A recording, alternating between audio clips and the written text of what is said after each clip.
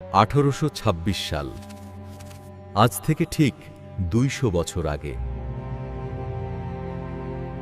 এই সময়ের বাংলা মানে শুধু একটি ভূখণ্ড নয়, এটি ছিল ইতিহাসের এক গভীর সন্ধিক্ষণ, যেখানে প্রাচীন নবাবী ঐতিহ্য ধীরে ধীরে বিলীন হয়ে উঠছিল এক নতুন ঔপনিবেশিক শাসন ব্যবস্থা।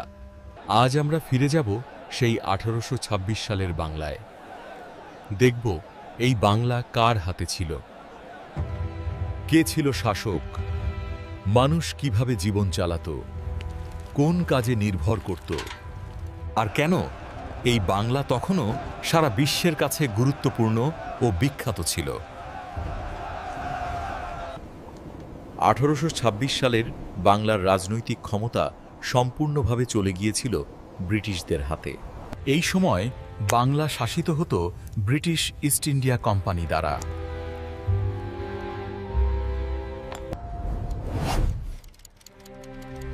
পলাশীর যুদ্ধের পর প্রায় 70 বছর পেরিয়ে গেছে, আর এই দীর্ঘ সময়ে কোম্পানি ধীরে ধীরে বাংলার রাজনীতি, অর্থনীতি ও সমাজের প্রতিটি স্তরে নিজের আধিপত্য প্রতিষ্ঠা করেছে। কাগজে কলমে তখনও মুর্শিদাবাদের নবাব ছিল, কিন্তু বাস্তবে তাদের কোনো ক্ষমতাই আর অবশিষ্ট ছিল না। নবাব ছিল কেবল নামমাত্র শাসক। সব সিদ্ধান্ত, রাজস্ব আদায়, বিচার ও সেনাবাহিনী পরিচালনা করত কোম্পানি সরকার। এই সময় বাংলাকে প্রশাসনিকভাবে বলা হতো বেঙ্গল প্রেসিডেন্সি। এই বেঙ্গল প্রেসিডেন্সির অন্তর্ভুক্ত ছিল বর্তমান পশ্চিমবঙ্গ, বাংলাদেশ, বিহার, ওড়িশা এবং আসাম অঞ্চলের বড় অংশ। কলকাতা ছিল এর রাজধানী, যা তখন ব্রিটিশ ভারতের সবচেয়ে গুরুত্বপূর্ণ শহর।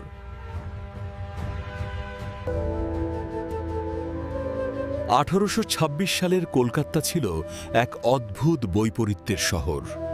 একদিকে ইউরোপীয় ধাঁচের দালান, চার্চ, গভর্নর হাউস, অন্যদিকে গলির ভেতর ঘিঞ্জি বসতি, কাঁচা রাস্তা, মশাল জ্বালানো সন্ধ্যা, আর হাজার হাজার দেশীয় মানুষের সংগ্রামী জীবন।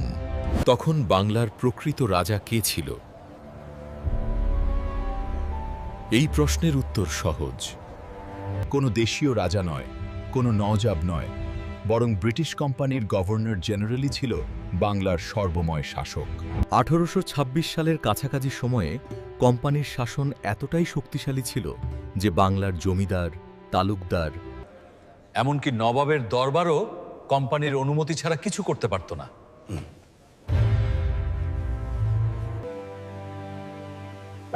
এই সময় বাংলার অর্থনীতি প্রধানত কৃষি নির্ভর ছিল।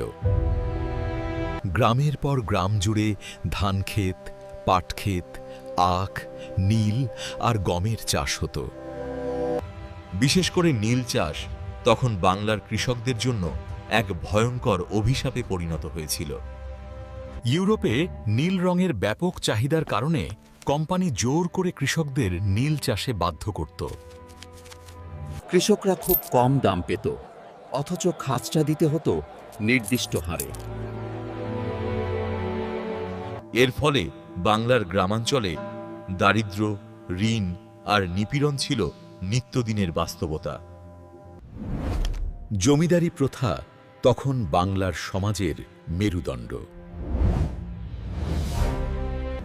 স্থায়ী বন্দোবস্তের ফলে জমিদাররা খাজনা আদায়ের একচ্ছত্র অধিকার পেয়েছিল। কিন্তু এই জমিদারদের অনেকেই ছিলেন নিষ্ঠুর ও উদাসীন। কৃষকের দুর্দশা তাদের কাছে তেমন গুরুত্বপূর্ণ ছিল না। ফসল নষ্ট হলেও খাজনা মকুব হতো না। ফলে বাংলার কৃষক সমাজ ক্রমশ নিঃস্ব হয়ে পড়ছিল। 1826 সালের বাংলা শুধু কৃষি নির্ভরই ছিল না, এটি ছিল বিশ্ব বাণিজ্যের একটি গুরুত্বপূর্ণ কেন্দ্র। কলকাতার বন্দর দিয়ে ইউরোপে পাঠানো হতো রেশম, মসলিন, তুলা, চা ও নীল।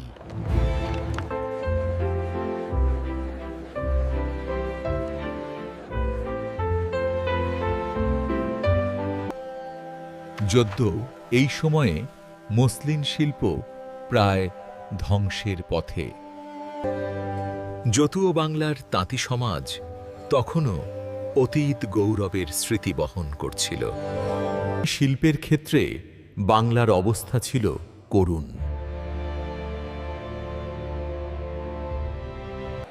ব্রিটিশ শিল্পপণ্যের সঙ্গে প্রতিযোগিতায় দেশীয় হস্তশিল্প টিকতে পারেনি। হাজার হাজার তাঁতি, কামার, কুমোর, স্বর্ণকার কাজ হারিয়ে কৃষিকাজ বা দিনমজুরিতে নেমে আসে। এই সামাজিক পরিবর্তন বাংলার গ্রামীণ কাঠামোকে ভেঙে দিচ্ছিল। 1826 সালের বাংলার সমাজ ছিল গভীরভাবে ধর্ম, কুসংস্কার ও সামাজিক প্রথায় আবদ্ধ। সবকিছু মিলিয়ে সমাজ ছিল রক্ষণশীল ও কঠোর। তবে এই সময়েই বাংলায় শুরু হচ্ছিল এক নতুন চিন্তার জাগরণ। কলকাতা ও তার আশপাশে কিছু শিক্ষিত বাঙালি প্রশ্ন তুলতে শুরু করেছিলেন সমাজের এই অন্ধকার দিকগুলো নিয়ে। এই সময়ের অন্যতম গুরুত্বপূর্ণ ব্যক্তি ছিলেন রাজা রামমোহন রায়। 1826 সালের বাংলা তাকে চিনত একজন ব্যতিক্রমী চিন্তাবিদ হিসেবে। তিনি ইংরেজি শিক্ষা, বিজ্ঞান মনস্কতা ও সামাজিক সংস্কারের পক্ষে কথা বলছিলেন। সতীদাহ প্রথা বন্ধের আন্দোলন তখন গতি পাচ্ছিল।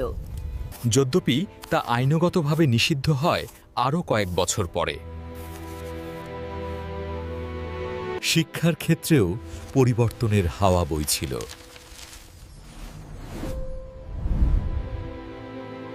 যদ্য গ্রাম বাংলায় শিক্ষা ছিল খুবই সীমিত, কলকাতায় তখন গড়ে উঠছিল ইংরেজি স্কুল ও কলেজ। ইংরেজরা প্রশাসনের প্রয়োজনে একটি শিক্ষিত মধ্যবিত্ত শ্রেণী তৈরি করতে চাইছিল। এই শ্রেণী পরবর্তীতে বাংলার নবজাগরণের নেতৃত্ব দেয়।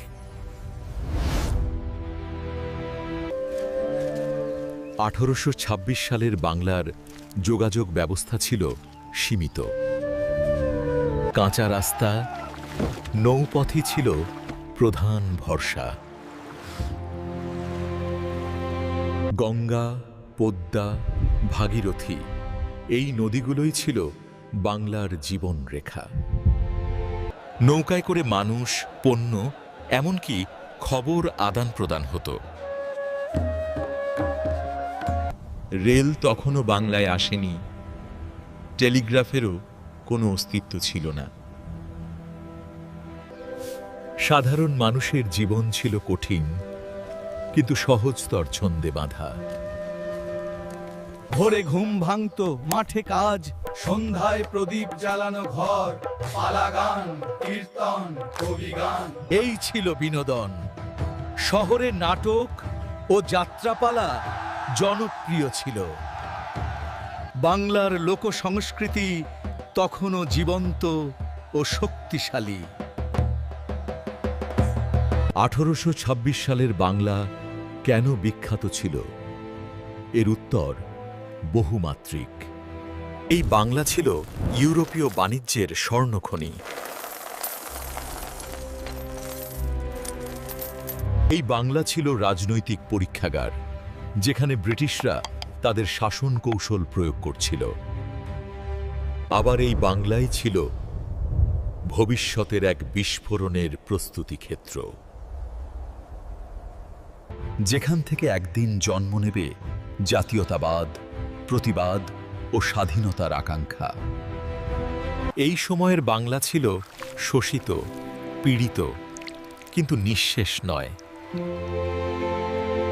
গভীর অন্ধকারের মধ্যেই জন্ম নিচ্ছিল নতুন চিন্তা, নতুন প্রশ্ন, নতুন মানুষ। 1826 সালের বাংলা তাই শুধু অতীত নয়, এটি ভবিষ্যতের বীজ বপনের সময়। এই বাংলার মাটিতেই ধীরে ধীরে তৈরি হচ্ছিল সেই চেতনা, যা একদিন পুরো উপমহাদেশের ইতিহাস বদলে দেবে।